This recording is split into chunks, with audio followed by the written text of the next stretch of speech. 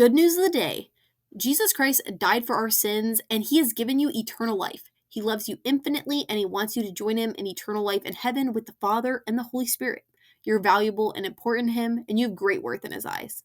If you're struggling or going through something difficult, you're going to get through it. You're strong. Jesus loves you, and he is with you. He is ready to be accepted into your heart at any time. Ask for forgiveness for your sins and accept Jesus Christ as your Savior, and you will be saved. Please know how loved and special you are and how you're an irreplaceable child of God. Stay strong and take care of yourself. Quick spoiler warning, spoilers for Windblume 2023, the very end of Zhongli's second story quest, super minor details, some details from the summer event of 2022 with Fischl, spoilers from the Genshin manga, some details of the Mondstadt and Liyue Archon quest will be discussed, although not at length. The fungi Pokemon event, I don't remember what that was called. And then the event with Ito and Haijo, there's going to be spoilers for those in this video, so be warned. I just finished up Windblume, and I didn't like it, and I'm here to tell you why. But as I was thinking about why, I realized that the issues that I have with Windblume this year are just issues that I have in general with most Genshin events with stories, i.e. the ones with voice acting or plot to them, not like the random mini games we sometimes get, although at this point I kind of prefer those. My main problem with Genshin events is nothing ever happens, like literally nothing. Nothing ever cool or exciting happens in these quests, and there's no real stakes or danger. And if there is a problem to be solved, you better bet it's going to be wrapped up simply, uneventfully, and quietly at the end of the quest and have no lasting impacts on the story, world, or characters. Example is the Yokai Festival with Ito and Haijo. Like, the random NPC girl learns that yokai and humans can be friends by the end, and then she dies spontaneously. Nobody and nothing is changed by that experience. Another example is in Windblume this year, the Lantern of Utmost Joy. We spend the whole quest trying to find, turns out to just be an old artifact of Alice's or Venti's or Jay's. Like, I'm honestly not sure whose it is, but we basically find out that there's no wish. It's basically just an overgrown cell phone, and we literally learn that friendship was the true prize all along. Also in the Pokemon quest, and no, I don't care about its real name, NPC girl learns that genociding mushrooms is retarded and grows like 8 brain cells, and then the random Fatui El Del Torre simp guy, which understandable, my dude, he stopped like super easy, barely an inconvenience.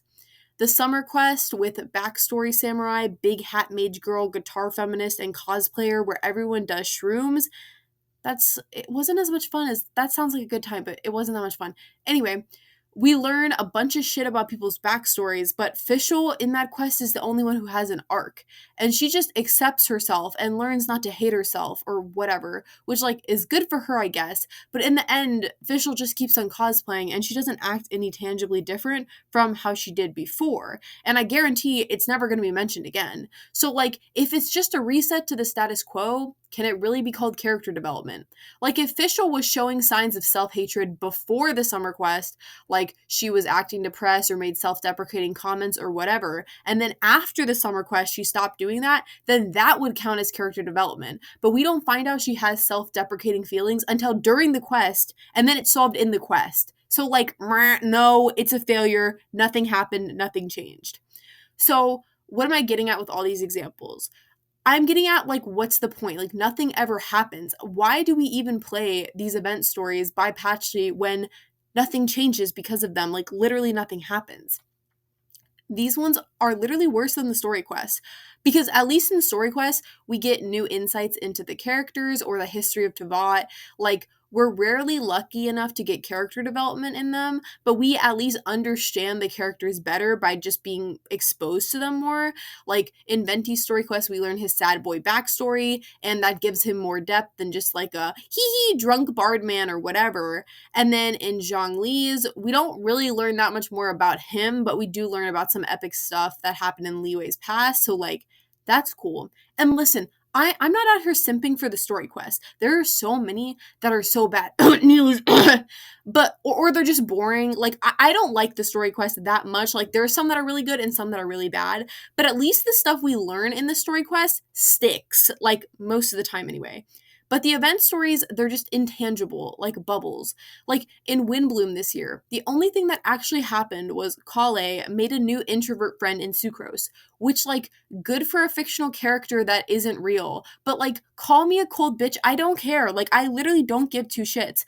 I could watch people make friends in real life. Like, do the writers not know I play Genshin for escapism, for adventure, for excitement, not to watch two green-headed nerds make friendship bracelets? And just for the record, I like Kale and Sucrose both, but, like, it was boring. It was so boring.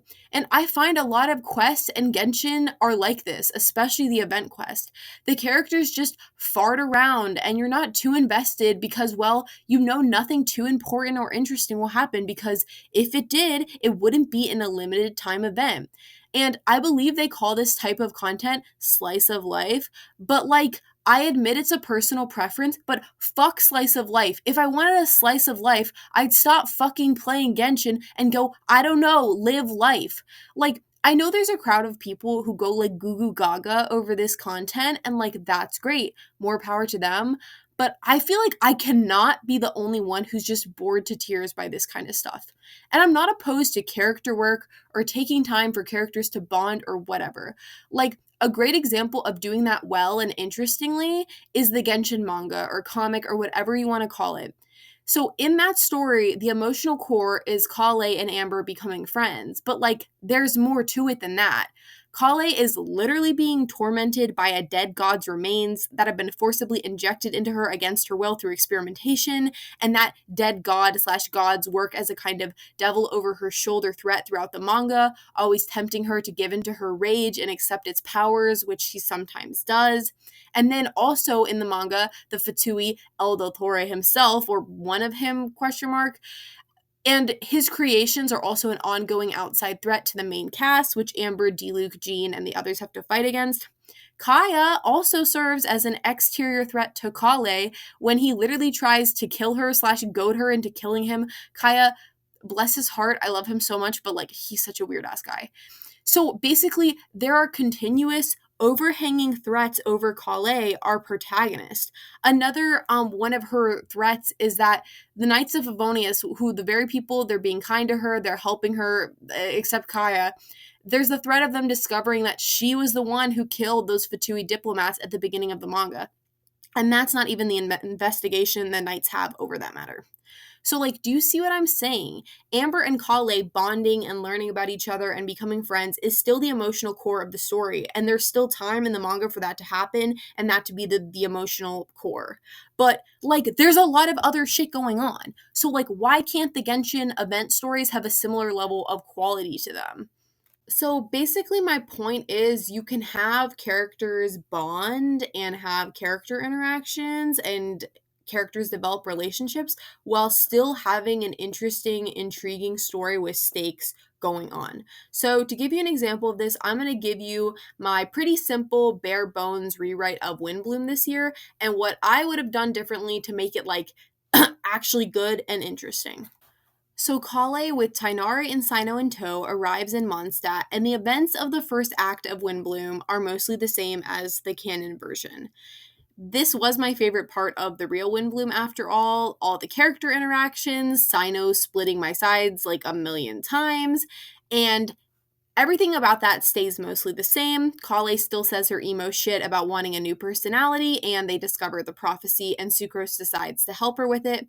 The only difference in my version is that the prophecy has a supposed riddle for the location that the lantern is in at the bottom.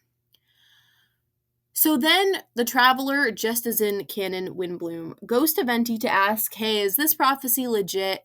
And this is where I start changing things. So instead of being his usual easy breezy self, Venti gets kind of dodgy and anxious looking when Traveler brings up the prophecy. And Venti explains that he thinks this prophecy is just a mean prank and that they should just forget about it.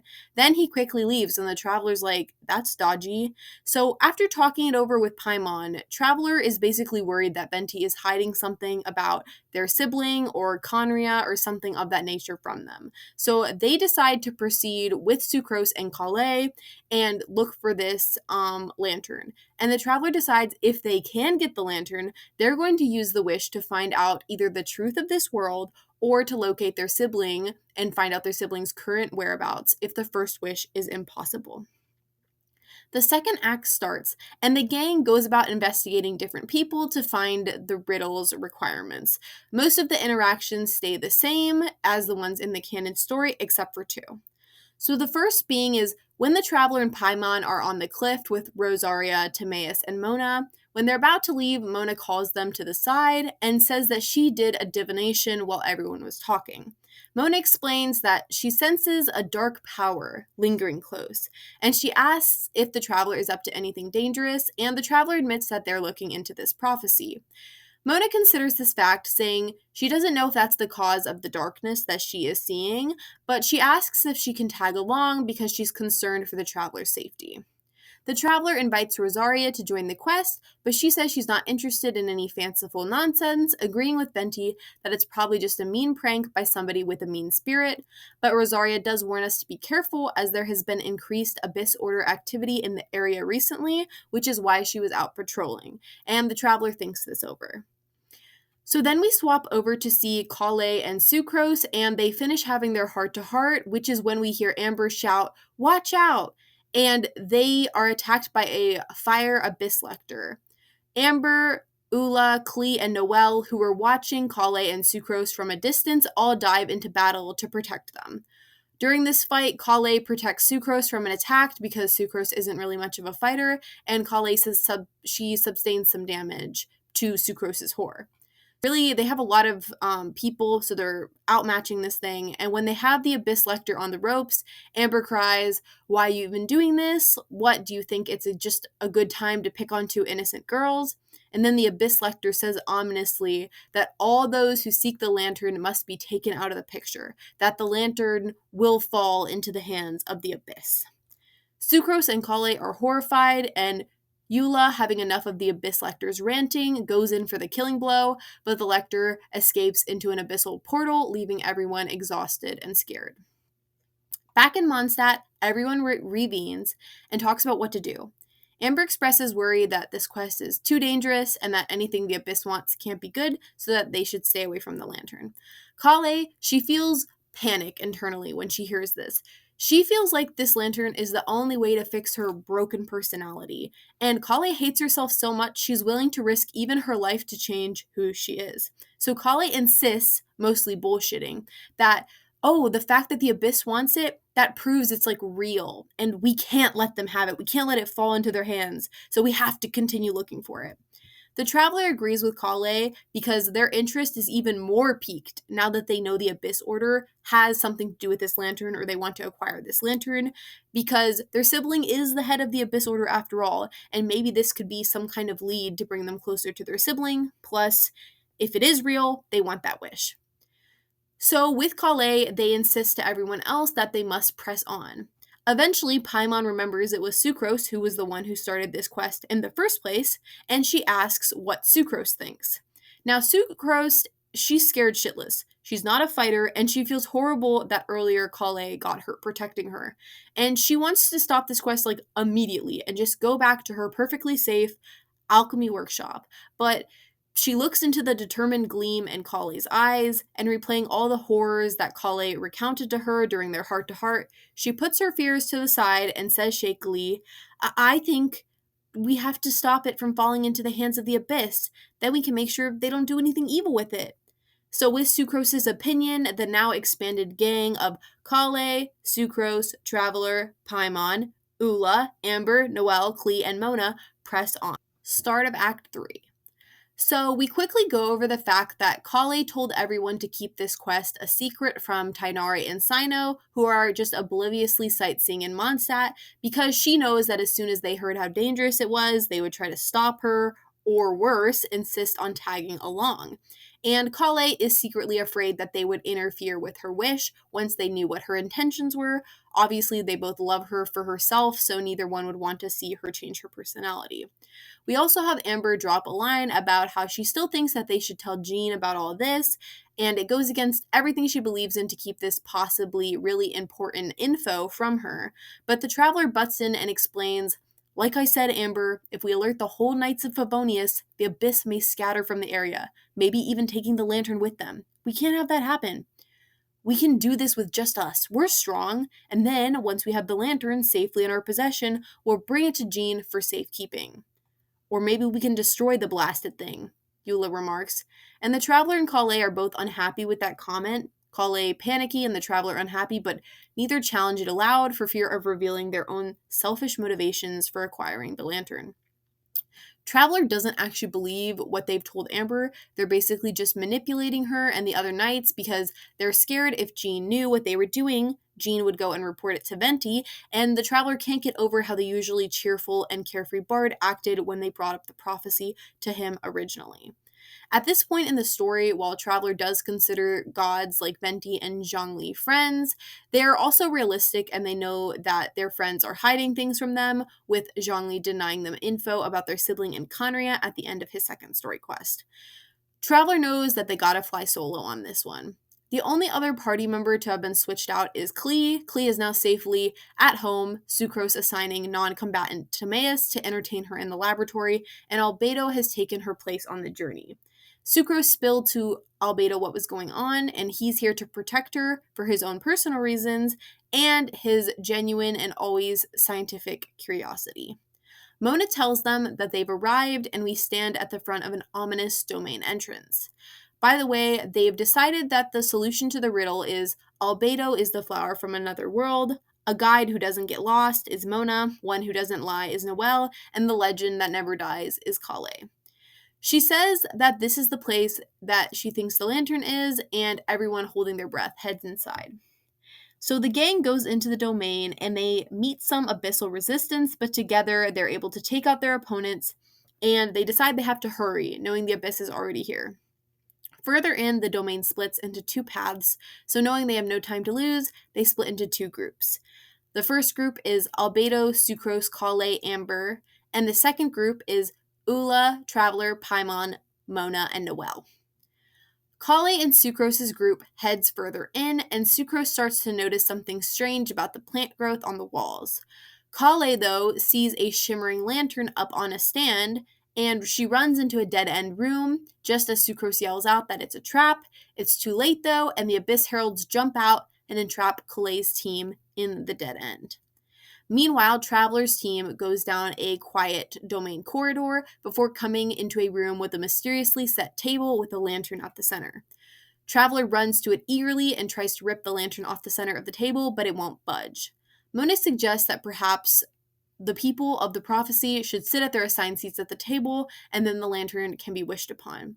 Traveler agrees, and Eula suggests that they should go back and get the others, as Albedo and Kale are two of their chosen people for the riddle, the flower from another world and the legend that never dies, and they're not with them right now.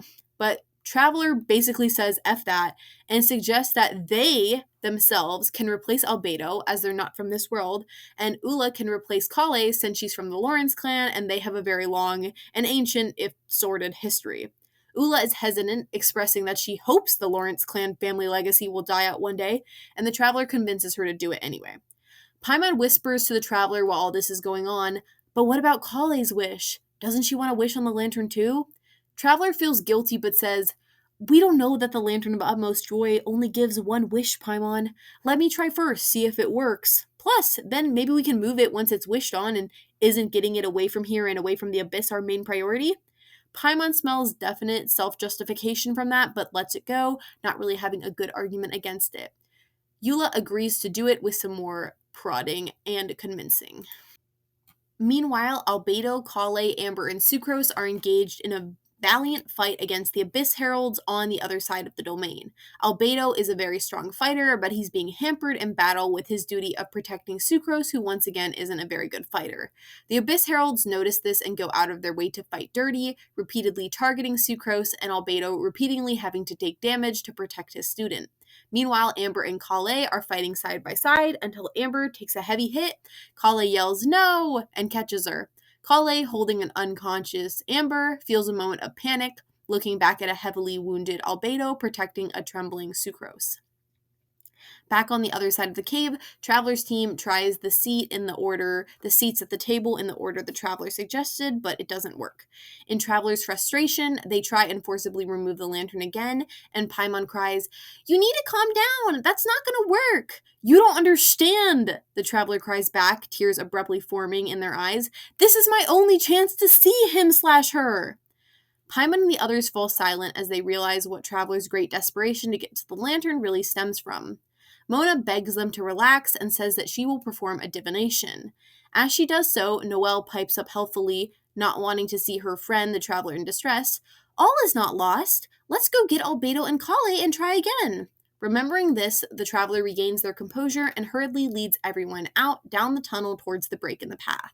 Mona, the last to follow, finishes her divination with wide eyes. She's seen something with her hydromancy, but there's no time to tell everyone as they are already rushing on. Meanwhile, Kale feels a hot fury in her soul, a darkness even. How dare these abyssal monsters hurt her precious friends? She gives Amber to Albedo and Sucrose and calls out valiantly, "Stay behind me!" Standing in front of her friends with her bow drawn and dendro elemental energy spewing all around her. She charges at the enemy, Sucrose yelling, "Kale, no!" And Kale engages with the enemy to a level that defies belief. The rage that her friends, both old and new, being put in danger, fills her with this determination she's never felt before, and she fights with the tenacity of 1,000 men.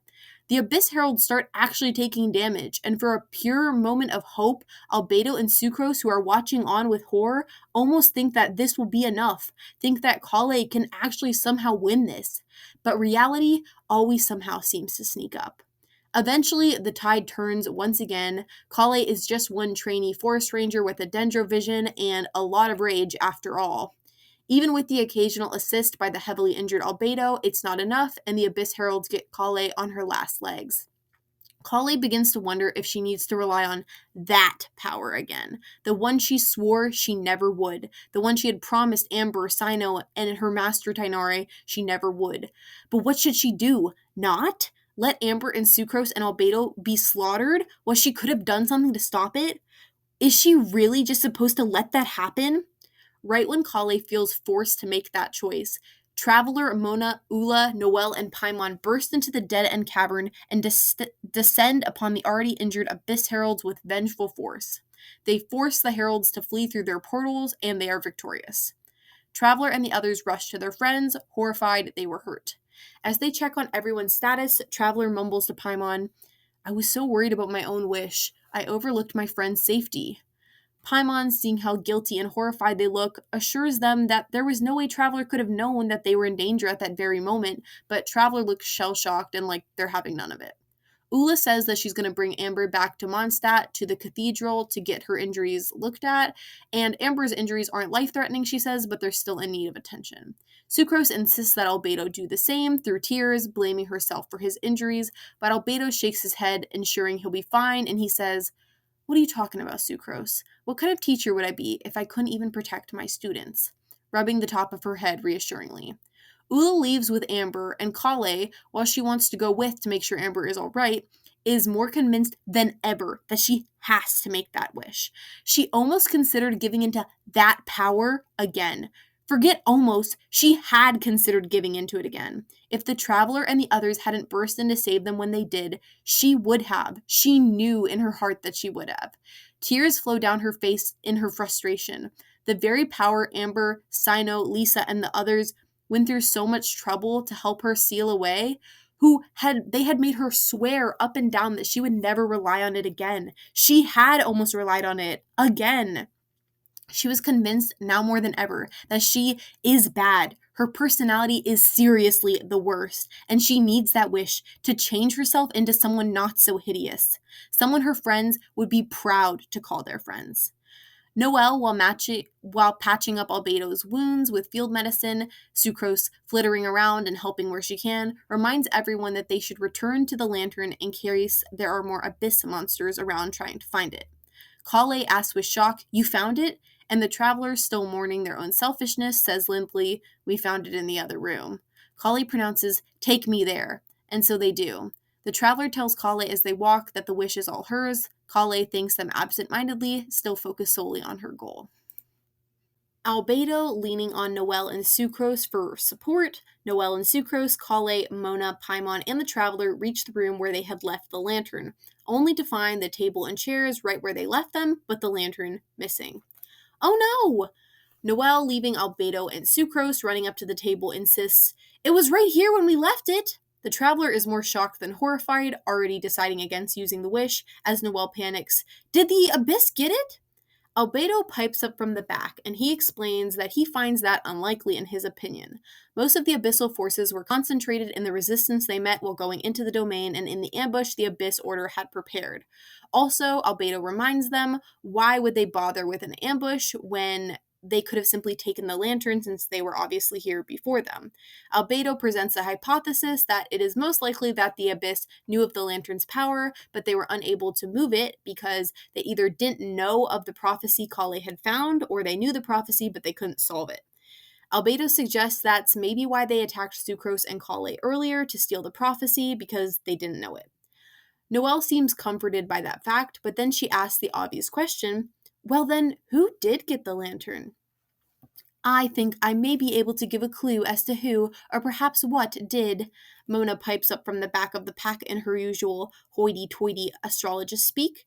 She reports that she did a reading in her scry glass before they left to go find Kale and the others, and she didn't have time to relay what she had seen. "I saw in my scry glass a strong divine presence, but it was all very hazy and unclear. I cannot divinate the fate of gods." "You're saying a god took the lantern?" Paimon asks with incredulousness.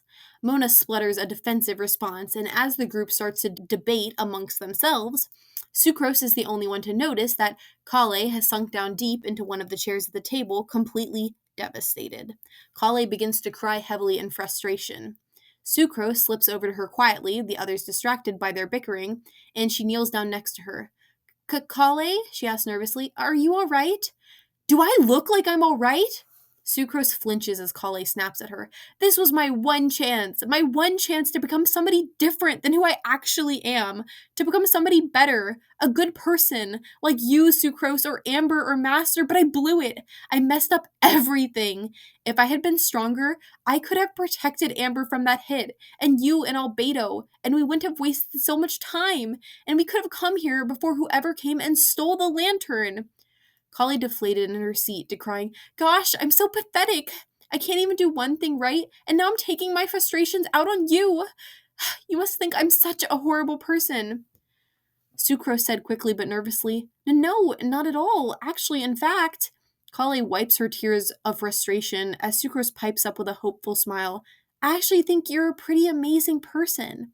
Kale looks up with shock as Sucrose explains in a hopeful voice, "You're brave and tenacious, and you never give up, even when things just look horrible. You took that hit from me when we were attacked by that Abyss Lector out in the forest, and we hadn't even known each other for that long, but..." Sucrose presses a hand over her heart earnestly. "You were already so selflessly protecting me." Kale's large purple eyes blink in shock as Sucrose continues, "And when Amber and Mr. Albedo were hurt, you protected us three, when you must have already been so tired and injured, without even an ounce of fear." Sucrose explained excitedly, "I wish I could be more like you." Kale looked even more shocked. Sucrose lowered her voice a little, as the bickering behind them was getting lower in volume too. Sucrose said shyly, "You're so down on yourself, Kale, but I see an amazingly determined young woman who's brave and selfless and will do what it takes to get what she wants." Sucrose looks down to the floor shyly as she stutters, "You said you wanted to get a new personality, but honestly, I don't think there's anything wrong with the personality you already have. There are always things we can improve upon, but..." Sucrose looked up to her hopefully, her honey-colored eyes bright with optimism. "I think you're really great the way you are already. That's why I'm proud to call you my friend."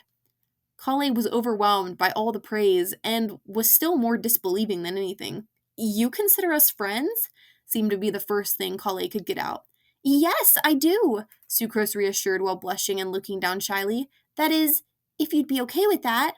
No, of course I would," Kale said quickly. "I can't believe someone as amazing as you, Sucrose, would want to be friends with someone like me. Do you seriously believe all that stuff you just said?"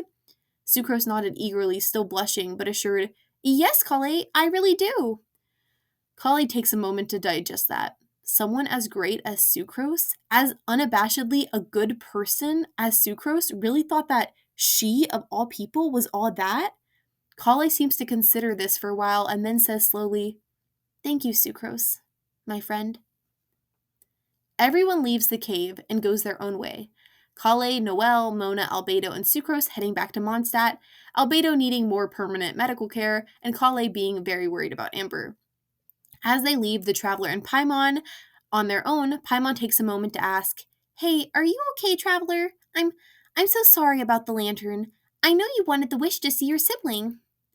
"It's okay, Paimon. I was blinded by my emotions. I put my feelings before those of my friends. You overheard Sucrose and Kale, right?" Paimon looks a little awkward. "We all did. We were just being polite and pretending not to hear."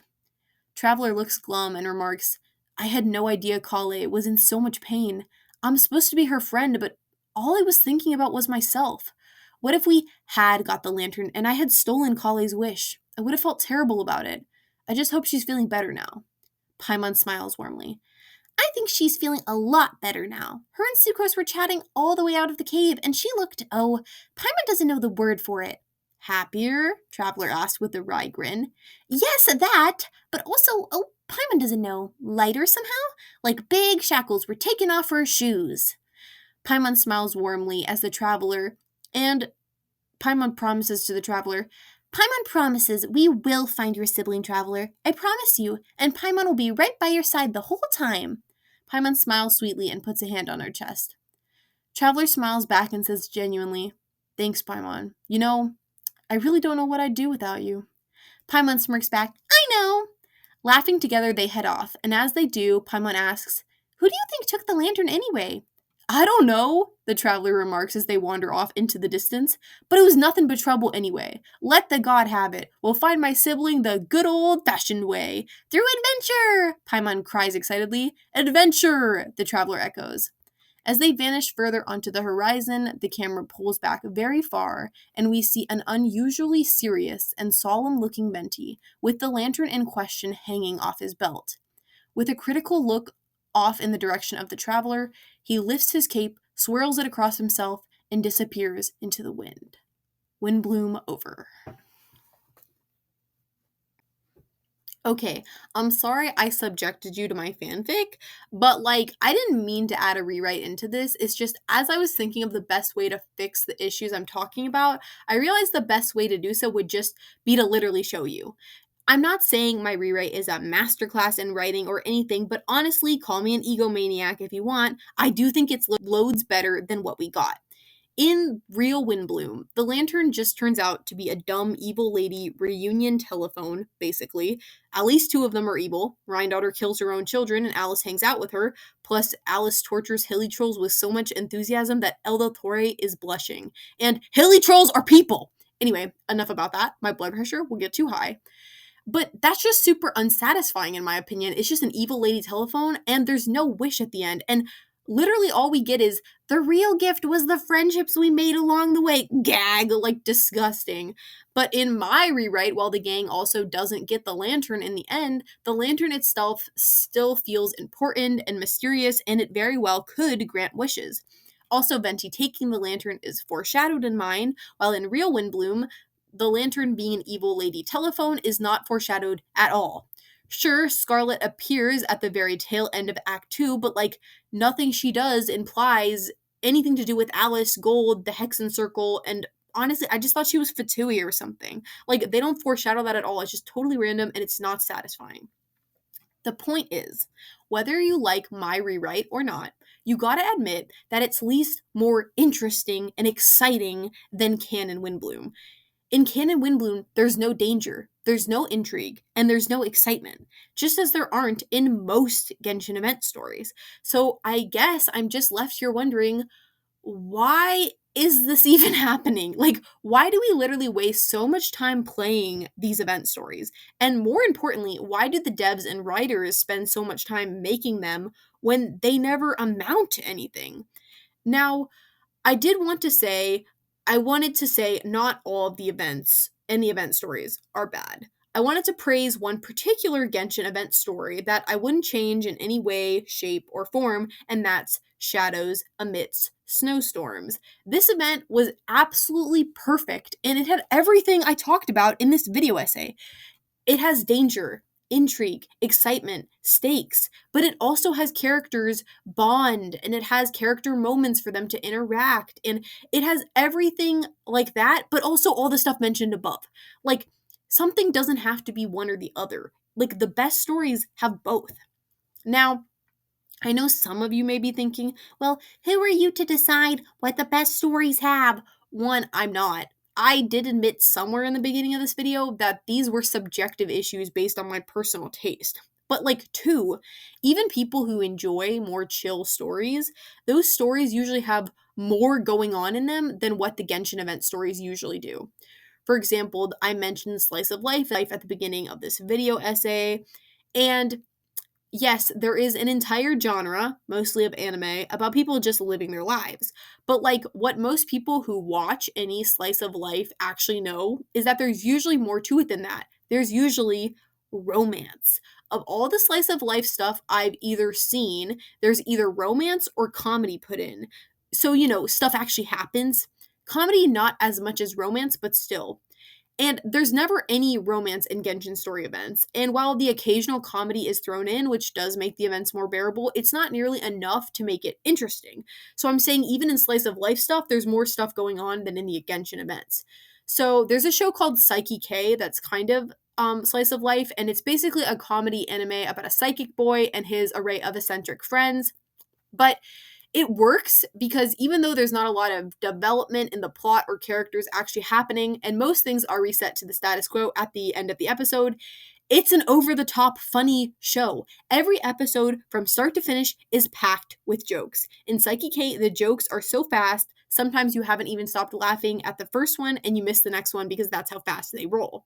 And like, the show has heartwarming moments, but that's not the point of the show. Just a show about a boy named Psyche having mostly serious and nice conversations with his friends while making new friends, I'm sorry, but that's boring. You need something to keep it fresh, to keep it interesting.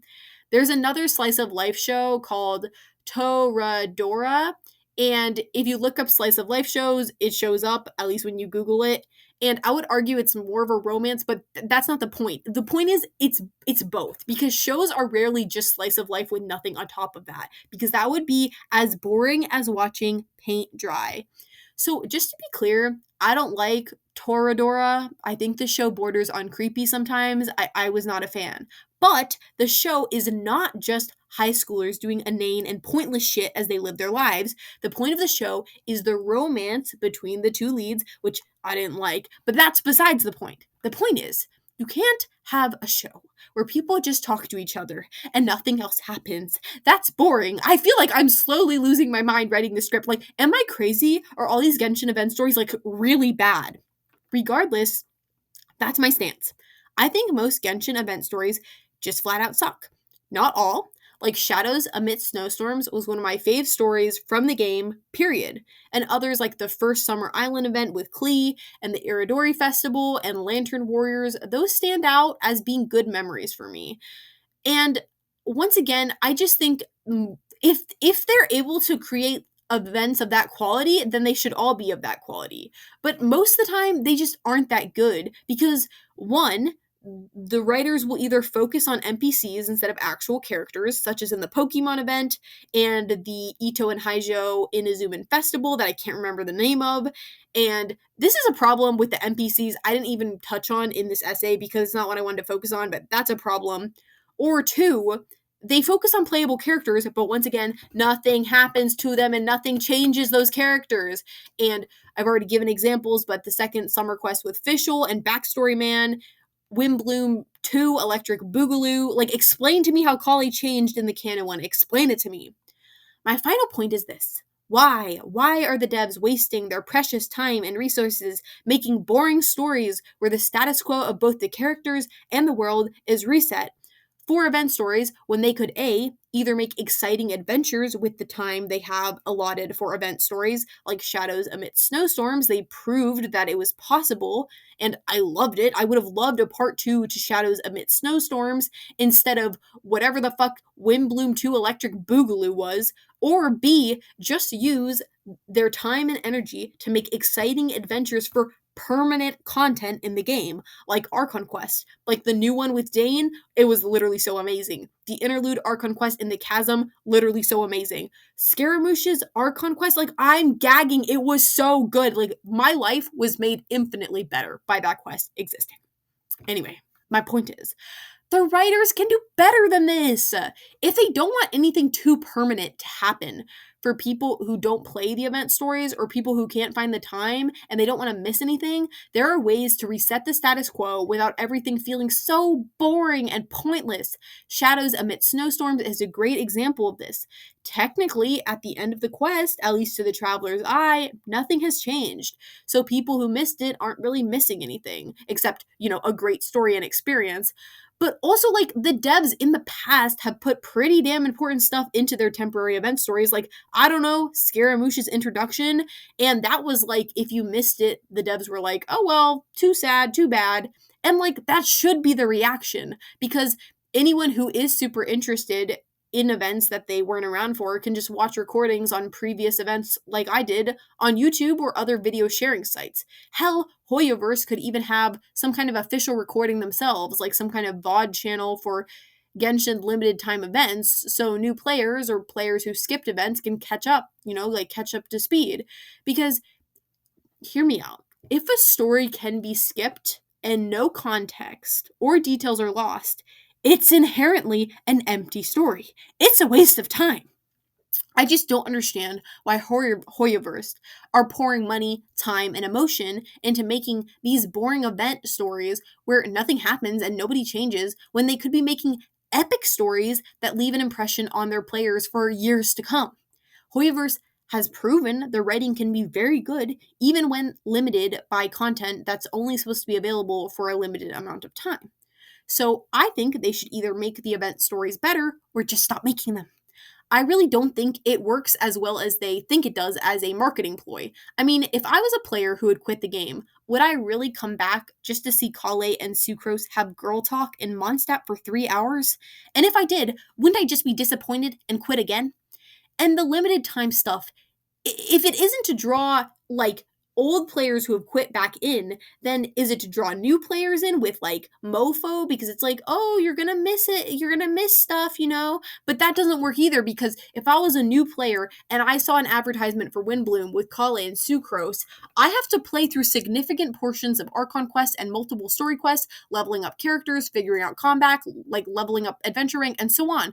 So by the time a new player was caught up enough to even play the limited time story event, it would probably already be over. So like, whatever Hoyoverse thinks these limited time story events are doing, I don't think they're actually doing it, okay?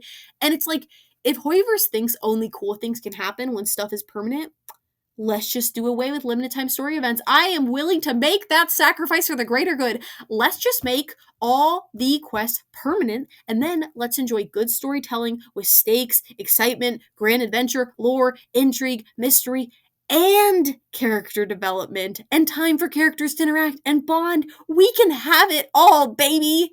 So let's change the characters and Teyvat, and let's go on adventures. Thank you, and good night. DC out.